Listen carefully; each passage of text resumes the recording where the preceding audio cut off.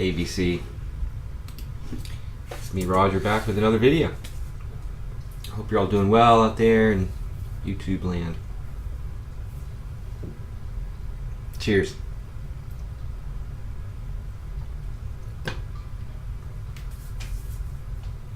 It's been a little while. In the background, playing quietly, is I can only show you on my iPod because it's a download. I think it's only available on. You can't even see it. It's Dawn of MIDI. It's a live thing from 2011. It's only available on iTunes. It's interesting. It kind of points in the direction of that Dysnomia record, which I love so much. Yeah, cool stuff. So I have a stack of records to show, but first I want to give some thanks for some VCLT. The VC, it's an amazing place, it really is. First, DJ Trish Mullins, thank you for the mixed CDs, really enjoyed those. Enjoyed them so much, my wife has absconded with them, and she plays them in her car, so I don't have them to show. But yeah, really cool stuff. Great mix of funky and Brazilian and tropical kind of summery music. It's great. Thank you, Trish. And then this next thing, wow. So Oscar Guerra, I hope I'm pronouncing his name right. Oscar. I don't think he makes videos. He's active on the Facebook end, has a really cool record collection. And so I'm friends with him on Facebook, and yeah, as it turns out, he's an artist. He's the real deal. And I'd expressed some interest in his art, and but anyway, on the BC Facebook page, somehow it came up that he was looking for this live Sonic Youth semi-official bootleg on vinyl, and I was like, "Oh, you don't want the vinyl? It's it's over an hour long. The CD sounds much better." And he's like, "Well, I've been looking for it." And he's like, "Send it to me." I was like, "Yeah, right." But then I thought about it. I'm like, I'm a completist in some ways, but I don't have to have everything on vinyl, and so I thought about it. I'm like, I'll send it to him. So I got his address and sent it to him. Really made me happy to know that it was going to someone who would really appreciate it, because I didn't. So anyway, that was cool. He's like, "Oh, I'll send you something." And so a couple weeks later, I get this package in the mail, and I thought he'd send me a record. But wow, Oscar, if you're watching, I am blown away. He sent me this original piece of art, which is it's like collage and fabric and mixed media. There's some paint on there that I see. It's wow, really cool. And so signed on the back, title's phrase number 15, formerly untitled. Wow, Oscar. This is one of the nicest things anyone has ever done for me. It's one thing to send someone a record, a mass-produced record, but this is original art, and like I said, Oscar's the real deal, and yeah, I'm blown away. I really am. For all the drama, the VC. YouTube side, the Facebook side, friendships are... It's nothing like any other online community I've been a part of, and I've been online since the 80s. Thank you, Oscar, really. I am touched deeply, and I will treasure that for the rest of my life. Wow, huh? So, records, yeah. Trying to rein in the record buying and not succeeding really very well, because there's just so much great stuff out there, So I'm gonna start out and show some new records, and then I'll show some antiques. This first thing, I'm sure all of you watched Derek Bond's channel. Derek had gone to see Sean Lennon, met Sean Lennon, and this band Sid Arthur opened for them, and you know, Derek was blown away and got their records and hung out with them, and he was raving and raving about this band, and I was like, well, saw these at the record store, I'll check them out. And sure enough, yeah, these guys are great. Sid Arthur, they're from Canterbury, and it's kind of a modern take on that Canterbury prog pop, slightly jazzy, classical influenced. It's just great. I mean, it sounds modern, even though you can hear all these references to bands like Gentle Giant, Caravan a little bit. Really cool. It's on the this is their first record called On the Resurrected Harvest label, which interestingly is in the US now. Yeah, this is great. This one's from 2012, and I got their most recent record, which is called Sound Mirror. Yeah, it just came out this year. This is in a cool gatefold. Yeah, every bit as good as Derek said, and it's been getting a lot of plays, which for me is unusual. I'll get a record, I'll play it once and be like, okay, I get it, and you know, I'll come back to it eventually. But some things demand to be replayed over and over again, and that's what I've been doing with these. Thankfully, they come with downloads, not lossless, but so if I want to wear it out, I can not grind up the vinyl. Cheers, VC.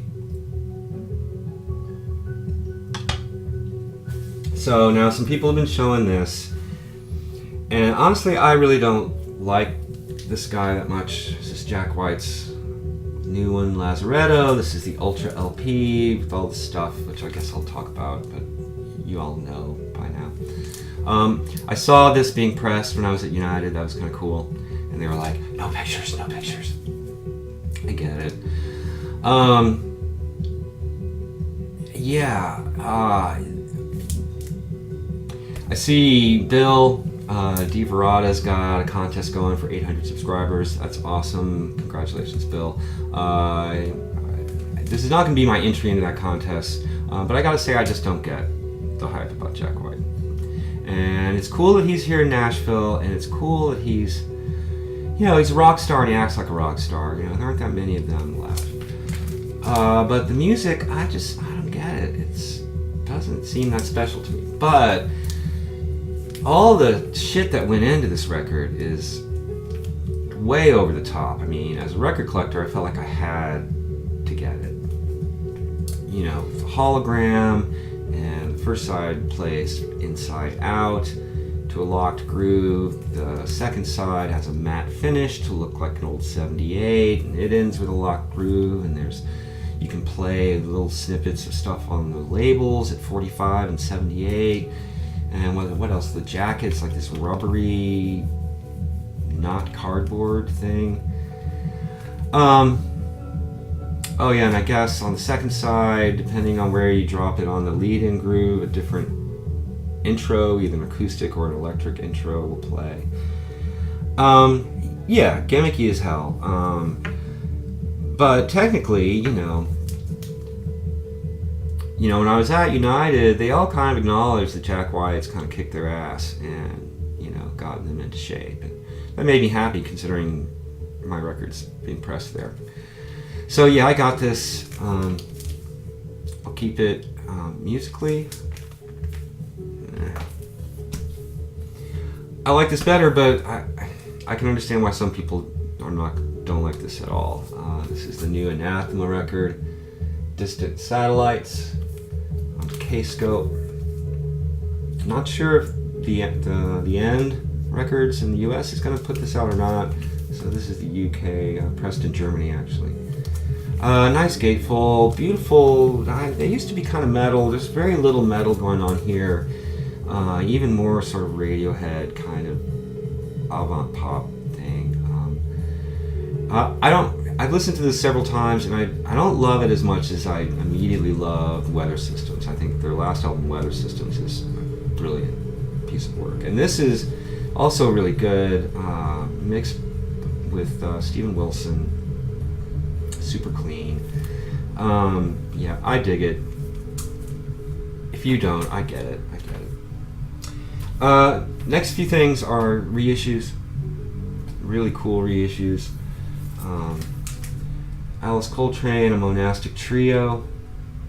This originally came out on Impulse in, when did it come out? It was 1968. This is her first solo album after John Coltrane died. Has, I think Pharoah Sanders is on here. Well, let's just pull it out and take a look at it. I've had this on CD for a long time. One of my favorite Alice Coltrane records. So yeah, they reproduced the glossy gatefold, but notice that the spine is not orange and black, it's this blue. And there's no Impulse logo to be found anywhere on the cover, which I think is kind of interesting. So yeah, you have Jimmy Garrison on bass, Ben Riley on drums, Pharoah Sanders on bass clarinet on one track. A couple tracks with Jimmy Garrison and Rashid Ali. So basically, you know, parts of Coltrane's last group with Alice. Great piano, great harp. You know, if there's such thing as spiritual jazz, you know, it doesn't get much more spiritual than Alice Coltrane. So yeah, this is a new reissue on Superior Viaduct, who I guess couldn't get the rights to those logos, but they do a really nice job. I think this is the label that did that Glenn Branca thing. That was really well done, not expensive. Very, very, very cool. You know, originals, hard to find. And, you know, same with this stuff, maybe even more so. I pre-ordered these a long time ago. So 2 reissues on Southern Lord from Earth. This is Hex or Printing in the Infernal Method.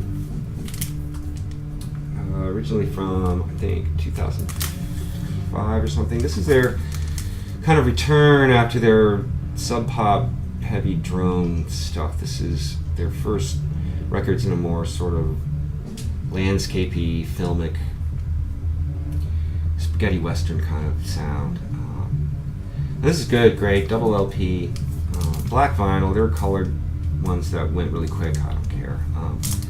Yeah, really happy to have this. Originals, really hard to find. And this one, this is just incredible. This is their follow-up record, The Bees Made Honey in the Lion's Skull. Reproduces the limited first pressing with this heavy, like leatherette binder, and then inside is one of the jackets, and then the inside of the gatefold, and back sort of bound into this outer thing. Southern Lord, really, they know how to make a sexy record.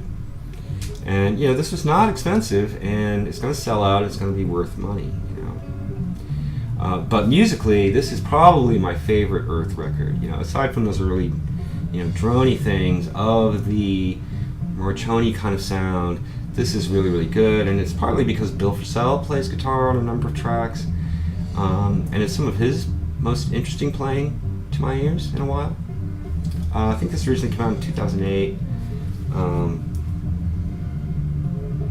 Yeah, something like that. Really, really happy to have this in print again, if only briefly. And if you only have one Earth record, I think this is really the one to have. So that's it for the new vinyl. We're already at 15 minutes. Damn. So I'm just going to go quickly here. Haven't been doing a lot of digging, but when I find things like The Residents, yeah, I pick it up if it's in mint condition. I'm not the hugest fan. I have some of their other records. I have to be in the right mood for The Residents. This is Mark of the Mole from 1981 on Ralph Records. Yeah, kind of like Zappa. I have to be in the right mood to like go into their mind. You know what I mean? This is really cool find. This is probably the Steve Hillage record to have. Fish Rising. This is a U.S. pressing on Virgin from 1975. Yeah, Steve Hillage. This is Gong. This is great. Prague. Eastern inspired weirdness.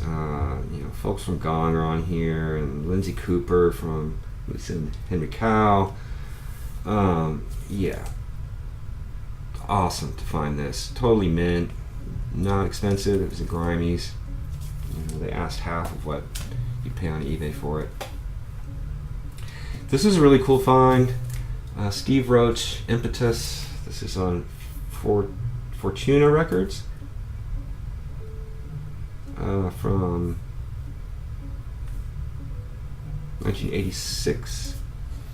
Yeah, Carm Gorvo did a video, I think, focusing on Steve Roach, and I wasn't familiar with him, and loved what I heard, loved what he had to say about his music, and was kind of on the lookout for it. Did not expect to find vinyl.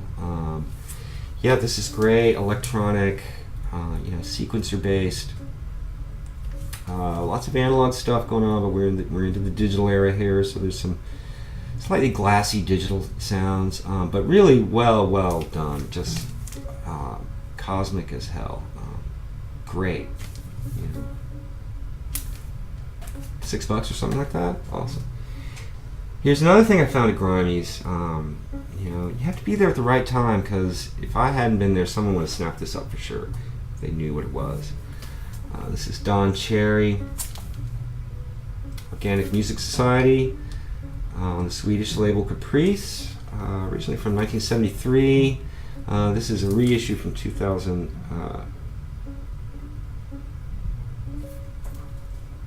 I need new glasses. 2002. So yeah, kind of hard to find these days, but this is mint. Gorgeous. 2 LPs in this gatefold. This is when he's deep into his world music thing. Wow. Really cool.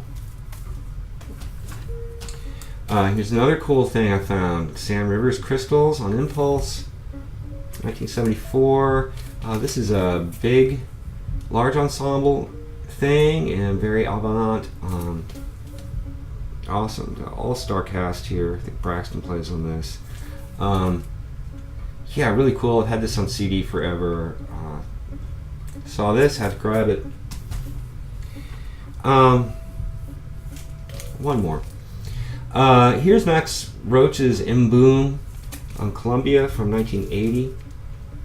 This is something that's not rare. I see it around. I just never had picked it up.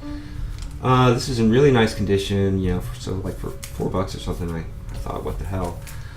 I brought it home, put it on, and I was blown away. First of all, by the sound quality on this. This is got a promo stamp. It's not a white label or anything, but mint, first pressing.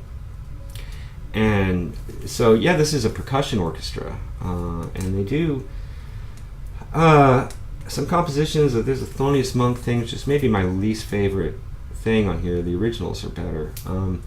So melodies are handled by, marimbas and glockenspiels and xylophones, and vibes, and things like that. And then there's drums, percussion, and all kinds of stuff. Very highly arranged, but also lots of improvisation going on. Musically spectacular, and sonically just whoa, rattle the windows.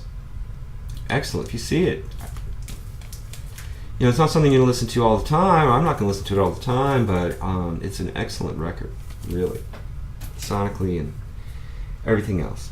20 minutes, time to wrap it up. Thank you again, Trish and Oscar. Really, I'm touched. I'll see you all soon. Take care.